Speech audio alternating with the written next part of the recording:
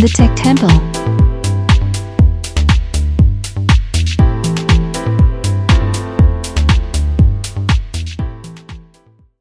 Okay, so let's get started on Google Maps. So you probably already have it. Most of the time, Google Maps is already pre-installed in your device. If not, you can go into the Play Store. You can just go ahead and type Maps, and Maps will be the second result. I'm just surprised Waze in front of it. So I have mine already installed. If I go to my travel tab that I made, and we go to Maps. So Maps will open up, give you an overview pretty much. Sometimes it'll zoom into where your current location is. If it's not, and you want to know where your current location is, you just hit this target icon right there, and it'll just take you right in there. But you can just zoom right back out to like it was before, and it'll show you anything you have already marked as favorites or landmarks or anything that you already put in there, maybe unknowingly or knowingly. If you want to hit go will take you to pretty much anything you've been history-wise.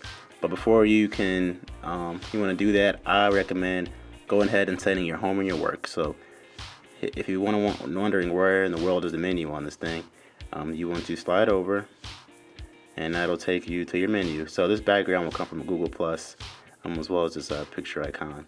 And if you have multiple accounts, you just hit this and you can switch accounts. So in order to set your home and away, which is a key feature in Google Maps that you need to set, so go ahead and hit your places. And right there you can see right away it says my home and my work.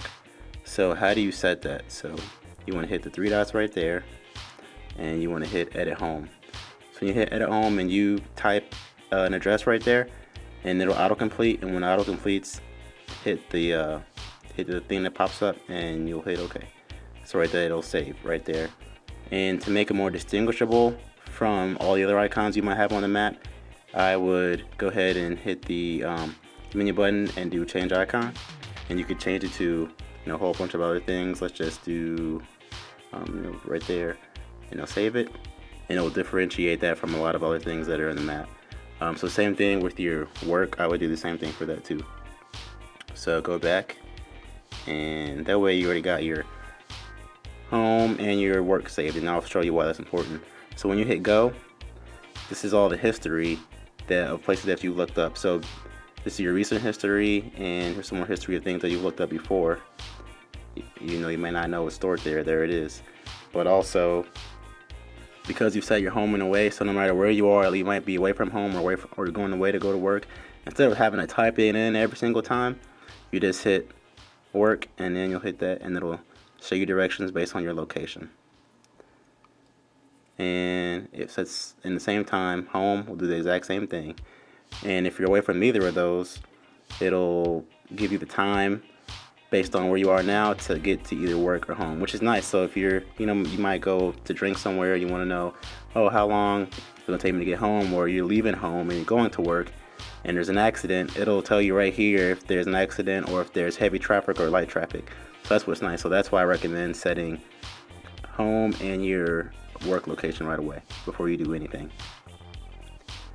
So right here is the transit. So people who take mass transit, these are all your departures based on the train that's near you. So you got the bus that's near me right now. If you're in the city, you might have another mode of transportation that's close to you.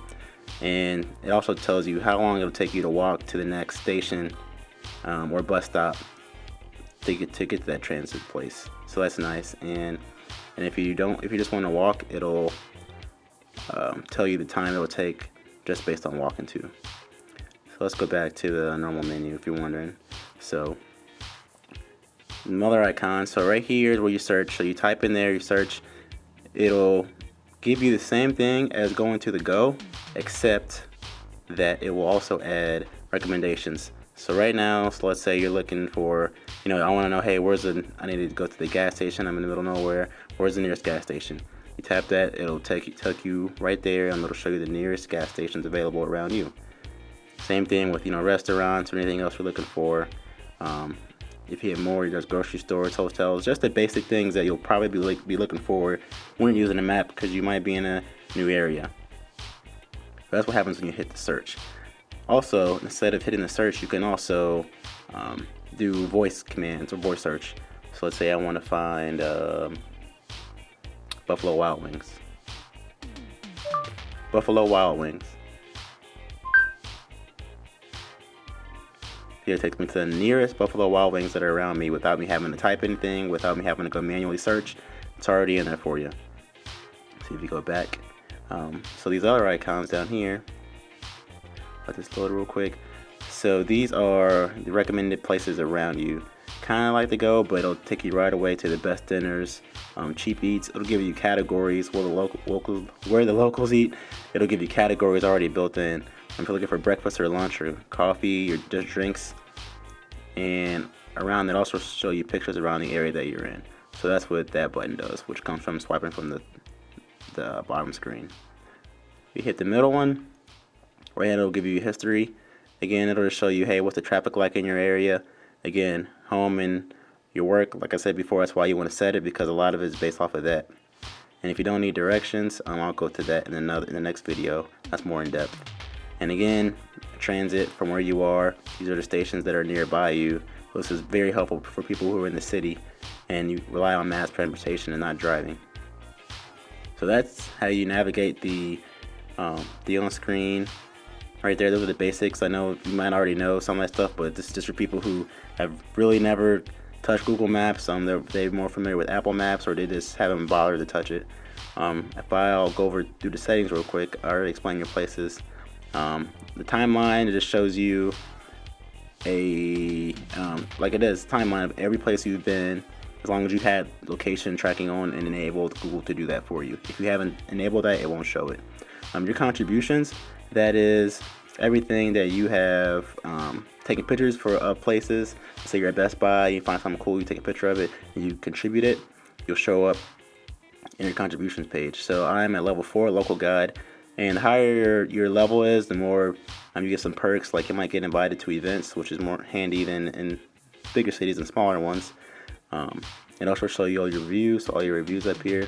So the people with the higher levels, you trust them more because obviously they've been to way more places, and it's not just some random person leaving a review just to get their business or somebody else's business better stars. So you can trust those people. So you can become one of those people too. You just got to hit your contributions and start contributing.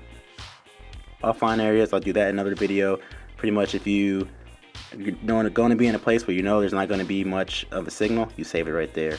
And here is explore, just explore around you. So if you want to know, hey, what's around me? It'll be looking for breakfast, lunch, and dinner, and it'll give you those categories again. So this what's around me is very similar to hitting right here and swiping up. And the traffic around you, and same as bicycling. So let's say, I forgot to show you this right here. For you cyclists out there, for people in the city, you see when I just typed, turn it on, and I'll turn it back off so you can see. You'll see some really bold lines. Those are the areas where you can cycle. So if you're a cyclist or you're in the city and you're concerned about, hey, is there actually going to be, a place for me to ride other than in the street where I could possibly be in danger, these routes will show you exactly where you can ride. So that is a very handy feature. And if you are more like if you're in the mountain region or you want to know, hey, where's the mountains at, or you can either swipe over here and go to satellite. It'll turn the satellite on so you kind of see the land versus the water more and where the elevation kind of changes. That is the exact same thing as going to this menu down at the bottom and turn that option on. And same thing again, if you want to see the terrain, it's the exact same way of swiping from the left and choosing terrain. But by default, those are off. But yeah, those are the, in Google Earth, if you have Google Earth installed, it will take you there. But if you don't have Google Earth installed, like I don't, it will just take you to the Play Store and install it. So that's the very basic overview of Google Maps. I'm going to do some more in-depth videos. You can go ahead and click the link below, or I may put a next button so you can look.